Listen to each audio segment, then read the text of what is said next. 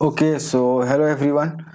Hydrostatic class 9 का हम लोग देख रहे थे, जिसमें से कि थ्रस्ट एंड हम लोग थ्रस्ट एंड प्रेशर देख चुके थे पहले क्लास में। दूसरे में एटमॉस्फेरिक प्रेशर और बैरोमीटर के बारे में देखे थे। तीसरे में मैनोमीटर कैसे काम करता है उस पर एक क्वेश्चन भी देखे थे एसी वर्मा का, और उसको सॉल्व भी किया था।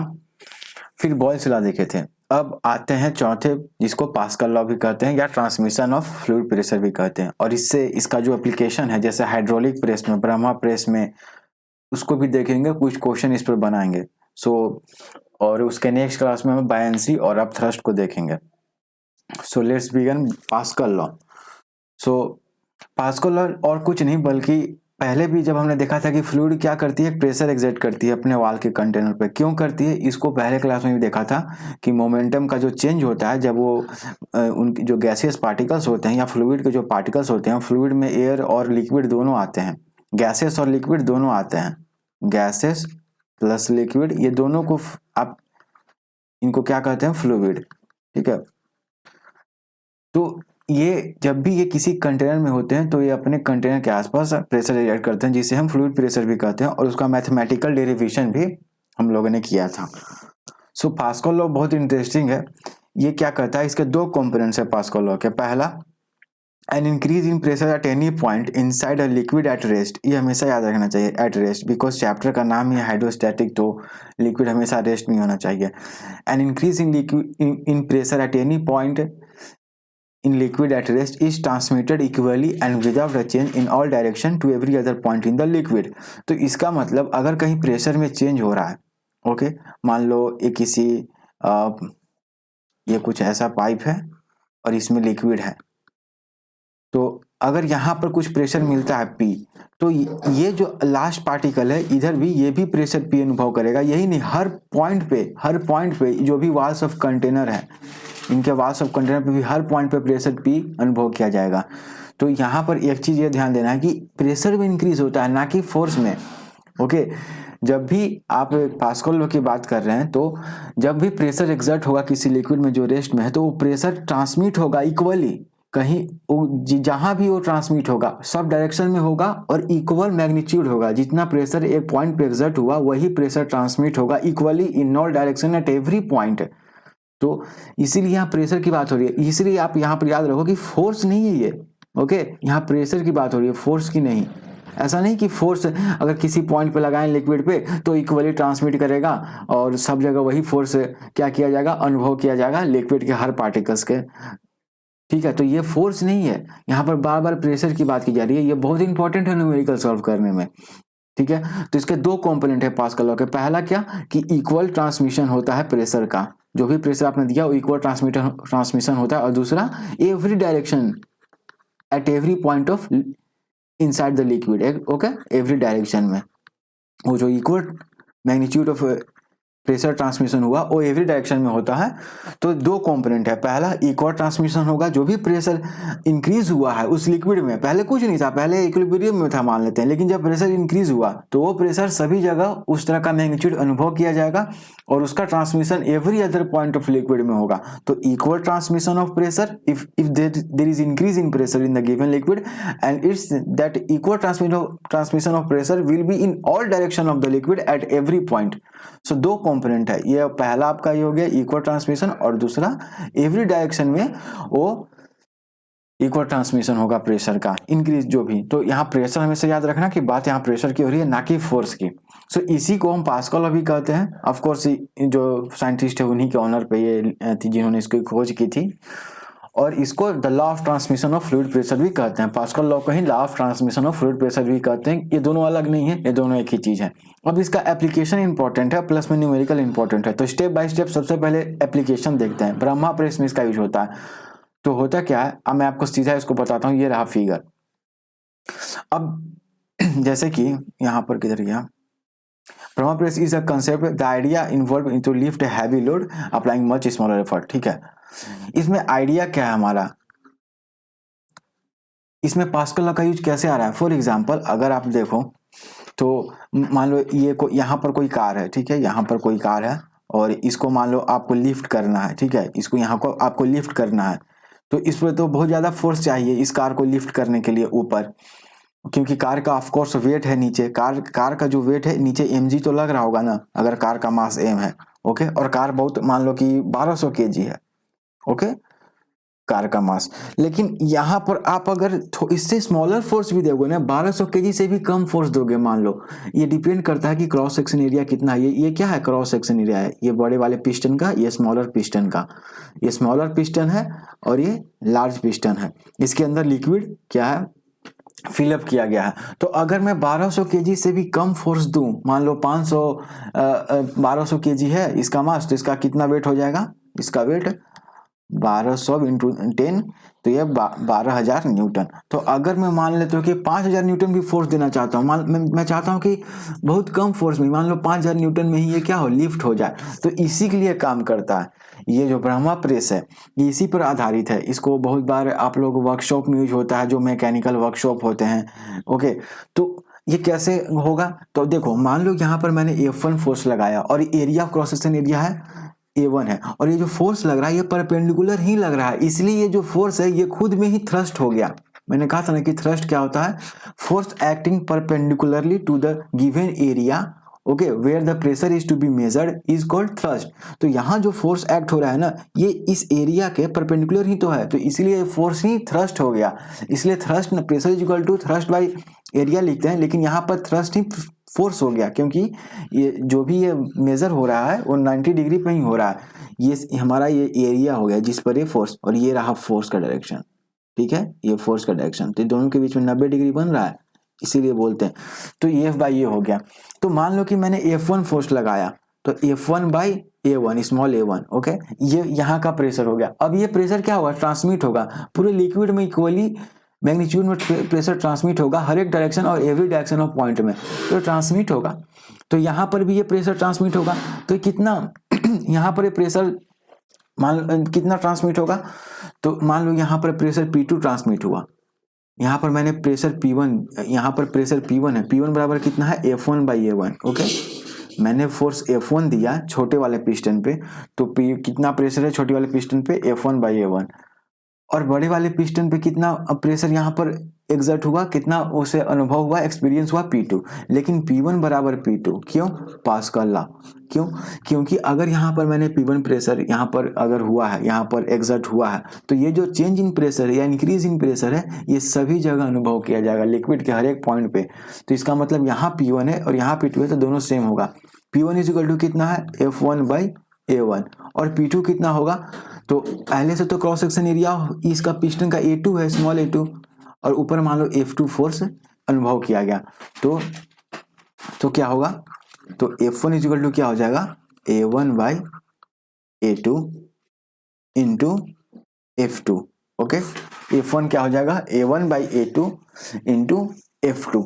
अब A1 बाई A2 का वैल्यू आप देखो, A1 बाई A2, तो A1 तो क्या है, छोटा है A2 से, ये दिया हुआ है ना, देख रहे हो। हम लोगों ने बस सारा का सारा चीज यहाँ पर ये हो रहा है कि हमने एरिया ऑफ क्रॉस सेक्शन को कम ज्यादा करना है।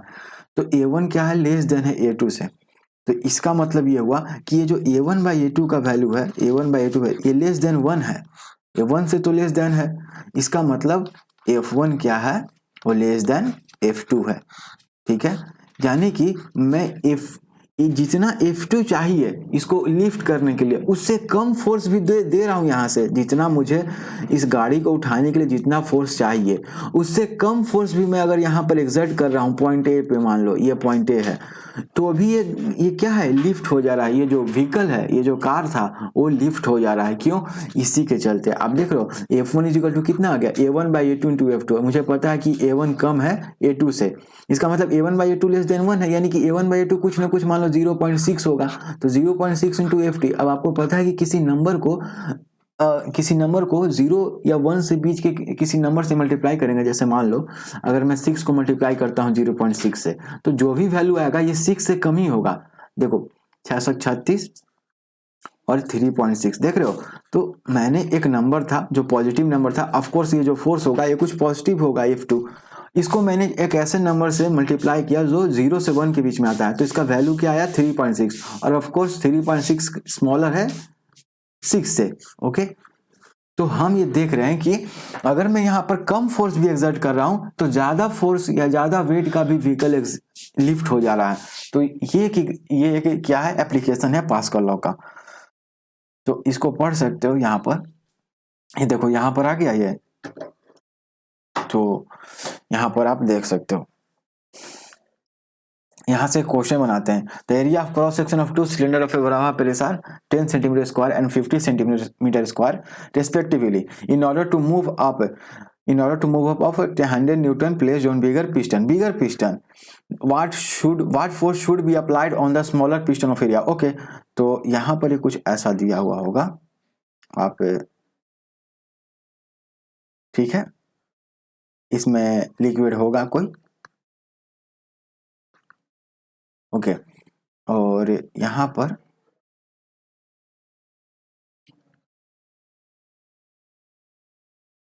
ठीक है, तो कह रहा है कि यहाँ पर 100 न्यूटन का एक वेट का एक कोई move up weight of place on position कोई ऑब्जेक्ट है, और ये हमारा बिगर पिस्टन है। तो बिगर पिस्टन का कितना है, 50 सेंटीमीटर स्क्वायर है ना एरिया ऑफ क्रॉस सेक्शन, इसका क्रॉस सेक्शन कितना है, 10 सेंटीमीटर स्क्वायर है।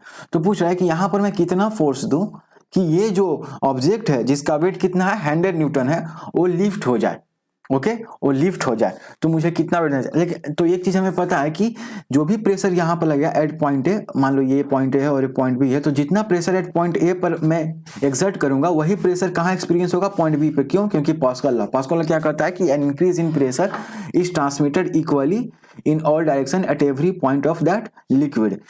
तो अगर मैं यहाँ पर कितना फोर्स दूं, मान लेते हैं कि एफ बाई, मैं फोर्स एफ दूं अपॉन 10 सेंटीमीटर स्क्वायर, क्योंकि pressure is equal to force by force acting perpendicular to the area upon area of cross section is equal to, ये कितना है 100 न्यूटन अपॉन 50 सेंटीमीटर स्क्वायर। तो दोनों तरफ तो 50 सेंटीमीटर स्क्वायर ही है, 50 सेंटीमीटर स्क्वायर ही है दोनों तरह का यूनिट। अगर मैं चाहूं तो ये जो 10 सेंटीमीटर स्क्वायर है या 50 सेंटीमीटर स्क्वायर है, इन दोनों को मैं किस में बदल सकता हूँ, मीटर स्क्वायर में बदल सकता हूँ। लेकिन मैं ऐसा नहीं करूंगा, क्योंकि दोनों तरफ जब यूनिट आ ही गया सेंटीमीटर सेंटीमीटर स्क्वायर तो कैंसिल हो जाएगा, ठीक है, और आंसर एसआई न्यूटन में ही आएगा। तो यहां से क्या हो जाएगा, F is equal to cross multiplication करेंगे तो 100 इंटू ये क्रॉस मल्टीप्लीकेशन होगा अपॉन 50, तो ये 20, यानी F is equal to 20 newton. यही चीज है, यानी कि ये जो छोटे वाला पिस्टन है, जो स्मॉलर पिस्टन है, इस पर अगर मैं कम फोर्स भी दे रहा हूं, 5 गुना कम फोर्स दे रहा हूं, इस बॉडी के वेट से 5 गुना कम फोर्स भी दे रहे हैं हम लोग, तो भी ये बॉडी लिफ्ट कर जा रहा है। ये देखो 20 न्यूटन आ गया, तो यानी कि thus 20 newton force 20 newton force applied on the piston of smaller area sorry is sufficient to lift the weight of 100 newton placed on the piston of larger area. यानी कि जो अगर एरिया ऑफ क्रॉस सेक्शन कहीं कम है और एक जगह area of cross section मान लो बी पॉइंट पर ज्यादा है, तो अगर मैं छोटे वाले एरिया ऑफ क्रॉस सेक्शन पे कम फोर्स भी दूं ना, तो ये यहाँ पर पॉइंट बी पर हैवी वेट का बॉडी को भी लिफ्ट कर सकता है। ओके, ये चीज, ये कंसेप्ट यहाँ पर आपको अप्लाई किया जाएगा। सो और भी इस पर क्वेश्चन देंगे, लेकिन उससे पहले हाइड्रोलिक प्रेस पर आते हैं। तो हाइड्रोलिक प्रेस क्या होता है, यहाँ पर किधर गया, हाइड्रोलिक प्रेस में एक तो पंप ट्यूब होता है और एक पंप सिलेंडर होता है, एक प्रेस ट्यूब होता है। ओके, तो प्रेस सिलेंडर है ग्रेटर क्रॉस सेक्शन एरिया, ठीक है, तो प्रेस सिलेंडर का ग्रेटर क्रॉस सेक्शन एरिया होता है और पंप सिलेंडर का स्मॉलर क्रॉस सेक्शन एरिया होता है। तो पंप सिलेंडर का, ठीक है, हाइड्रोलिक प्रेस दिखाता हूं, पंप सिलेंडर होता है और एक, तो area of cross section of pump cylinder ये क्या है, और एक है प्रेस सिलेंडर, ठीक है। दो कंपोनेंट इसका मेन है, इसको समझने के लिए। इसका एरिया ऑफ क्रॉस सेक्शन मान लो ये A1 है, ये A2 है, तो press cylinder have greater cross section area, तो इसका क्रॉस सेक्शन एरिया ग्रेटर होता है। ये रहा इसका फिगर, यहां पर ये रहा आपका पंप सिलेंडर,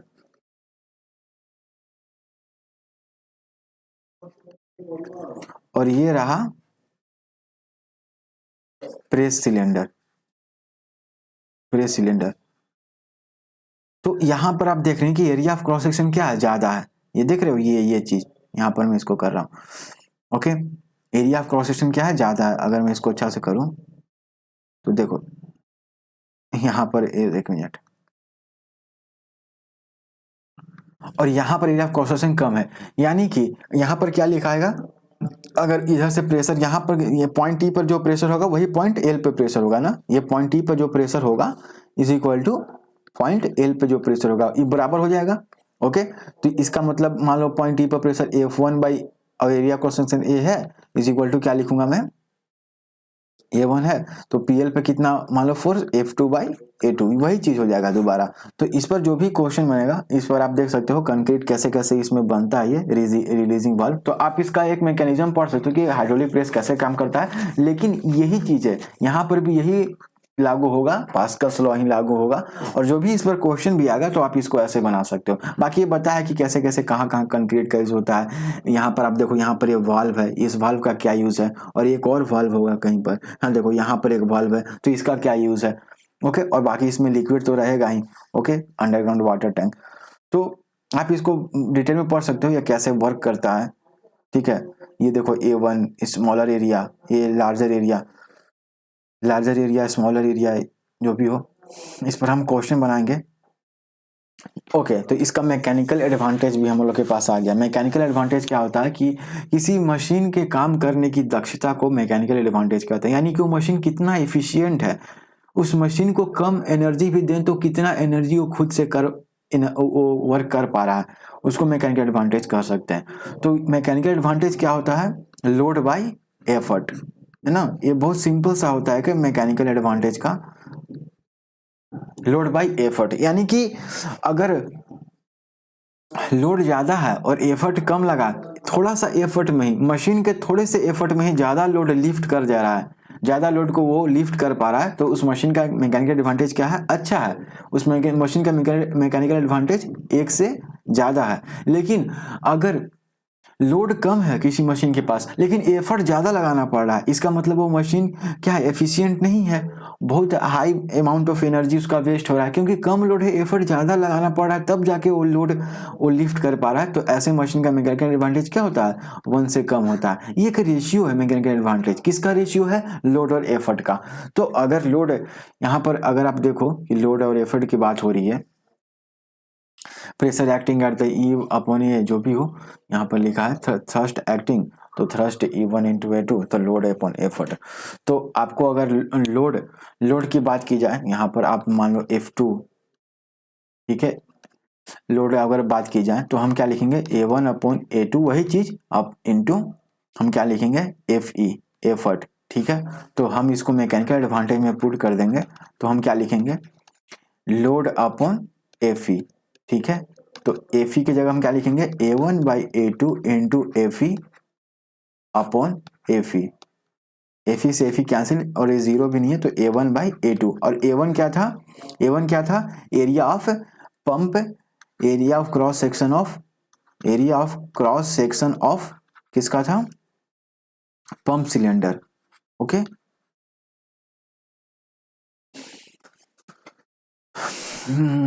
एक minute, area of cross section of pump cylinder, load upon effort of press cylinder. Okay, यहाँ पर क्या होगा, पंप नहीं होगा, प्रेस सिलेंडर होगा। प्रेस सिलेंडर का एरिया ऑफ क्रॉस सेक्शन ज्यादा था, प्रेस सिलेंडर, और ये क्या है, area of cross section of, area of cross section of pump cylinder. देखो अब बताता हूँ क्या होता है। तो A1 बाई A2 हमारा मैकेनिकल एडवांटेज क्या आ गया, इस हाइड्रोलिक प्रेस के लिए मैकेनिकल एडवांटेज कितना आ गया, A1 बाई A2। ठीक है, और आपको पता है कि A1 क्या है, ग्रेटर देन A2 है, क्यों, क्योंकि A1 क्या था, प्रेस सिलेंडर का क्रॉस सेक्शन एरिया, और प्रेस सिलेंडर का क्रॉस सेक्शन एरिया बड़ा है। अब देखो प्रेस सिलेंडर, ये जो प्रेस सिलेंडर है इसका क्रॉस सेक्शन एरिया बड़ा है किससे, पंप सिलेंडर से, तो इसका मतलब A1 बड़ा है किससे, A2 से, यानी कि A1 बाई A2 किससे बड़ा होगा, 1 से तो बड़ा ही होगा। ओके, इसका मतलब इस ये जो हाइड्रोलिक प्रेस है इसका मैकेनिकल एडवांटेज कितना है, 1 से बड़ा है, यानी कि ये अच्छी बात है, इसलिए हम लोग हाइड्रोलिक प्रेस का यूज करते हैं क्योंकि इसका मैकेनिकल एडवांटेज ज्यादा है। ओके, तो यहाँ पर आप देख सकते हो area of cross section mechanical advantage क्या आ गया, area of cross section of press cylinder upon area of cross section of pump cylinder. इसका उल्टा मत लिख देना कि area of cross section of pump cylinder upon area of cross section of press cylinder. वैसे भी आप कभी उल्टा लिखा जा रहा हो तो आप ये देखना कि ये जो मैकेनिकल एडवांटेज है इसका वैल्यू 1 से बड़ा आ रहा है या नहीं। 1 से बड़ा तभी आएगा जब ऊपर का वैल्यू ज्यादा और नीचे का वैल्यू क्या होगा, ऊपर का वैल्यू ज्यादा और नीचे का वैल्यू कम होगा, है ना। तो जब ज्यादा एरिया क्रॉस सेक्शन किसका ज्यादा है, पंप सिलेंडर, प्रेस सिलेंडर का ज्यादा है, तो ऊपर प्रेस सिलेंडर का एरिया क्रॉस सेक्शन लिखाएगा और नीचे पंप सिलेंडर का एरिया क्रॉस सेक्शन लिखाएगा। तो हाइड्रोलिक प्रेस का किस में यूज होता है? Hydraulic press is use in compressing cotton bales and straw bales. ये जैसे कपास में जब भी आपको खेत से जो भी कॉटन बॉल्स आते हैं, जो कपास के जो आप उनको गेंदे कहते हैं एक तरह से ना, तो उनमें उनको कंप्रेस करने के लिए इसका यूज होता है। It is for punching holes in metal sheet, है ना। मेटल शीट में होल बनाने के लिए आप बहुत सारे मशीनों में ऐसा करना पड़ता है कि मेटल शीट में पंच होल बनाने के लिए उन्हें पंच करना पड़ता है। अगर आप इसे डायरेक्टली पंच करोगे तो उतना असरदार नहीं होगा, वो उस तरह से काम नहीं करेगा। लेकिन अगर इस हाइड्रोलिक प्रेस का यूज करोगे, और फिर यूट्यूब पर तो बहुत सारे वीडियोस हैं जहाँ हाइड्रोलिक प्रेस से ना जाने कितनी कितनी चीज़ों को वे लोग प्रेस कर रहे थे, और उस पर काफी मिलियंस ऑफ व्यूज भी आए हुए हैं। तो hydraulic press is used to compress metal scrap industry. तो सिंस कम फोर्स लगा के ही अगर मैं ज़्यादा इफेक्ट डाल पा रहा हूँ तो मैं इसे मेटल स्क्रैप इंडस्ट्री में भी यूज करूंगा, क्योंकि मेटल्स को कंप्रेस करने के लिए। Hydraulic press is used to bend metal sheet and steel structural members into desired shapes. पांचवा, it is used in forging industry. Forging का मतलब क्या होता है मुझे कमेंट सेक्शन में बताना। Forging industry. 6, it is use in extraction of oil from oil seeds. Guys आप लोग जब भी गांव में कहते हैं तोरी पेरना, है ना, कुछ जैसे कि तोरी पेराने से जो सरसों का तेल मिलता है, वो जो तोरी होता है जिसको हम लोग मस्टर्ड कहते हैं, ठीक है। गांव में मस्टर्ड को क्या कहते हैं? मस्टर्ड सीड्स को तोरी कहते हैं, ठीक है, सरसों का जो दाना होता है। तो जब भी हम लोग उसे मिल में ले जाते हैं, मशीन में उसे डालते हैं, तो वहां पर भी यही हाइड्रोलिक प्रेस होता है। ओके, ये हाइड्रोलिक प्रेस नहीं होता है, और उसके चलते हम लोग ज़्यादा फोर्स उस पर एग्जर्ट हो पाता है मस्टर्ड सीड्स पे, और उसमें से जो ऑयल है वो बाहर निकलता है। लिफ्टिंग ऑफ ऑटोमोबाइल्स है सर्विस स्टेशन, है ना। सर्विस किसी ऑटोमोबाइल का सर्विस कराना है, उसको ठीक करना है या सर्विसिंग के लिए, तो उसको लिफ्ट करने के लिए भी हाइड्रोलिक प्रेस का यूज होता है। आपको पता है क्यों? क्योंकि कम फोर्स देके ही हम गाड़ी ज़्यादा से ज़्यादा फोर्स को क्या कर पाते हैं? लिफ्ट कर पाते हैं। ज़्यादा से ज़्यादा वेट वाली चीज़ को लिफ्ट कर पाते हैं, या ज़्यादा फोर्स लगा पाते हैं हम। तो पास्कल लॉ का बहुत अच्छा यूज़ है, आप इसको हाइड्रोलिक प्रेस का यूज़ है। एक क्वेश्चन बनाते हैं, ठीक है, 2 क्वेश्चन बनाते हैं, फिर हाइड्रोलिक ब्रेक्स पर आएंगे। ओके, कितना हो गया? 22 मिनट। 2 क्वेश्चन बनाते हैं, देखते हैं कैसे आप लोगों ने क्या क्या सीखा। A car of mass 1400 kg, तो मास 1400 kg है, तो वेट कितना हो जाएगा? 1400 kg इंटू 10 मीटर पर सेकेंड स्क्वायर, क्योंकि जी का वैल्यू 10 मीटर पर सेकेंड स्क्वायर अप्रोक्सीमेटली लेते हैं, तो कितना हो जाएगा? 14,000 न्यूटन। बहुत अच्छा, कार का वेट ही आ गया। Placed on the platform in service station has to be lifted up. Okay, service station में लिफ्ट करना है। आप शायद अपने माता पिता के साथ शायद आपके पास कार होगी, तो आप शायद गए भी होंगे कभी। Full stop. The area of press piston to which the platform is fixed, ठीक है। एरिया ऑफ प्रेस पिस्टन, यहाँ पर एक प्रेस पिस्टन होगा जिसका एरिया ऑफ क्रॉस सेक्शन कम होगा, और एक होगा जहां पर कार को रखा गया होगा। ओके, ठीक है। एरिया ऑफ प्रेस पिस्टन इसका कितना है? 5 मीटर स्क्वायर है। Determine the force that has to be applied on the piston of pump cylinder having a cross section area 0.25 metre square. 1 minute. Which the platform is fixed, तो यहाँ पर जहाँ car रखी हुई है इसका एरिया क्रॉस सेक्शन कितना है? 5 मीटर स्क्वायर। एरिया है ना, तो मीटर स्क्वायर तो होगा ही, मीटर थोड़ी होगा, क्योंकि लेंथ थोड़ी है। ये क्रॉस सेक्शन एरिया, ये एक सर्कुलर सा होता है ना, एक तरह सा। और इस छोटे वाले एरिया का कितना है? 0.25 मीटर स्क्वायर। ओके, सो इस पर क्या रखा हुआ है? कार रखा हुआ है। इसको मुझे लिफ्ट करना है, क्योंकि ऑफ कोर्स लिफ्ट करूंगा तभी उसके नीचे का जो इंजन का पार्ट्स है, जो भी नीचे होता है, उसकी साफ सफाई हो पाएगी, या जो भी करना है उसको। कुछ अगर उसमें फॉल्ट आ गया है तो उसको रिपेयर करना है, जो भी। तो determine the force has to be applied on the pump cylinder having cross section area. तो इस पर मैं कितना फोर्स दूं इस छोटे वाले पे? बाकी इसके अंदर लिक्विड तो फ्यूल होगा ही, ऐसा थोड़ी है कि एयर होगा। एयर होगा, लेकिन लिक्विड ज्यादा अच्छा रहता है। इसमें लिक्विड रहता है ना, तो ज्यादा अच्छा रहता है। फ्लूइड कोई भी हो सकता है, बट लिक्विड होता है तो ज्यादा ठीक रहता है मेरे ख्याल से। तो इस पर कितना फोर्स दूं कि ये जो कार है, जो 5 मीटर स्क्वायर के प्लेटफॉर्म पे रखी हुई है, ये लिफ्ट हो जाए? तो ऑफ कोर्स कार का वेट कितना है? 14,000 न्यूटन। तो मैं कितना फोर्स दूंगा? 14,000 न्यूटन से तो कम ही होगा, और बहुत कम होगा। आप देखना, अब बहुत कम होगा। इनफैक्ट ये जो 5 मीटर स्क्वायर जो एरिया ऑफ क्रॉस सेक्शन है जिस पर कार रखा हुआ है, उसके मुकाबले इस एरिया का जितना कम क्रॉस सेक्शन होगा, इस वाले का जितना कम क्रॉस सेक्शन होगा, उतना ही हमको कम फोर्स लगाना पड़ेगा।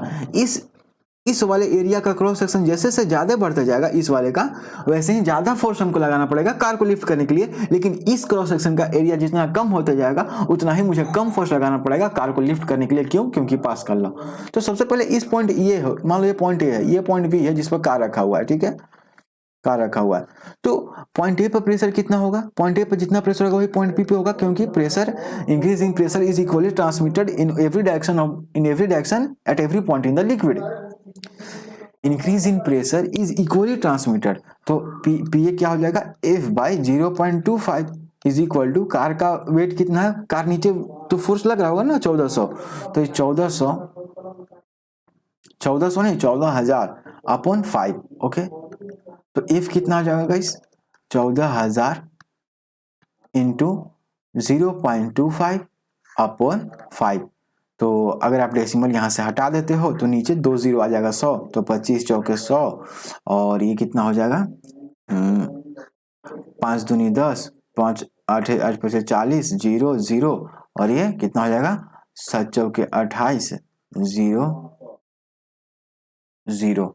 तो F is equal to 700 newton, okay. यानी कि 14000 न्यूटन की कार का जो वेट है उसको हम लोगों ने कितना फोर्स देके उठा दिया या लिफ्ट कर दिया? 700 न्यूटन का। देख रहे हो कितना कम, यानी कि कितना कम है, इससे 20 गुना कम है ना, 20 गुना कम हम लोगों ने फोर्स देके ही कार को लिफ्ट कर दिया, और ये होना भी था। ये कैसे पता चलता है? देखो क्यों, क्योंकि जो एरिया ऑफ क्रॉस सेक्शन है 5 है, 5 मीटर स्क्वायर, और नीचे कितना था? 0.25, तो ऊपर आप करोगे 100, तो 25 दूनी 50, 0। देखो तो एरिया ऑफ क्रॉस सेक्शन क्या है, यहाँ पर 20 गुना कम है, ठीक है। यहाँ पर 5 मीटर स्क्वायर था, यहाँ 0.25 मीटर स्क्वायर था, तो यहाँ पर एरिया ऑफ क्रॉस सेक्शन क्या है?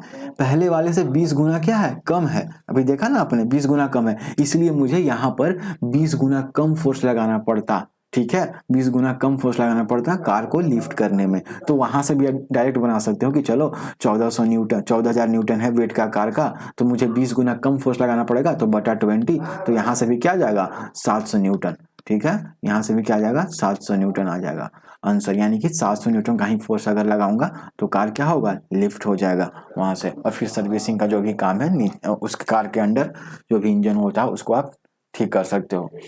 तो ये चीज हो गया। आप एरिया ऑफ क्रॉस सेक्शन को भी देखो, अगर यहाँ पर मान लो एरिया ऑफ क्रॉस सेक्शन 0.25 ना होके मान लो कितना होता? 0.2 होता मान लेते हैं, ठीक है, 0.2 होता, ठीक है, 0.2 मीटर स्क्वायर, तो 5 गुने 10 बटा 2, तो 2 बचे, यानी 25, यानी कि 25 गुना कम एरिया ऑफ क्रॉस सेक्शन होता तो मुझे कितना फोर्स लगाना पड़ता? 14000 अपॉन 25।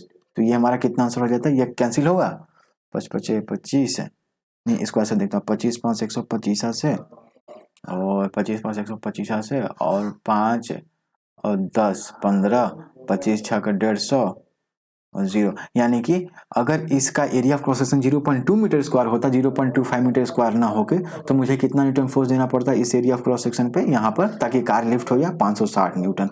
तो मैंने कैसे किया? क्योंकि मैंने देख लिया कि अच्छा 0.2 मीटर स्क्वायर होता, तो यानी कि इस बड़े वाले एरिया ऑफ क्रॉस सेक्शन से बड़े वाले जो पिस्टन है, जो हमारा जिस पर ये जो प्रेस पिस्टन है उस पर उसके कितना गुना कम है? 25 गुना कम है, तो मुझे 25 गुना फोर्स अप्लाई करना पड़ेगा ताकि कार को लिफ्ट कर सके, ठीक है। तो आंसर लेकिन हमारा 700 न्यूटन है, ये मैंने अलग से एक बताया था। तो एक और को देखते हैं। In the previous example calculate the mechanical advantage of the vehicle lifting. अब ठीक है, मैकेनिकल इधर मत देखना, इधर बिल्कुल मत देखो। Mechanical advantage is equal to क्या होता है? आराम से load upon guys, load upon effort होता है। लोड कितना था? कार का लोड कितना है जिसे मुझे लिफ्ट करना है? 1400। ये भी तो एक तरह का छोटा मशीन ही है गाइस, ये जो दिख रहे हो ना, ये पूरा सेटअप मशीन ही है। मशीन क्या है? जो हमारे डेली लाइफ के जो वर्क होते हैं उनको करना हमें आसान कर देते हैं, है ना।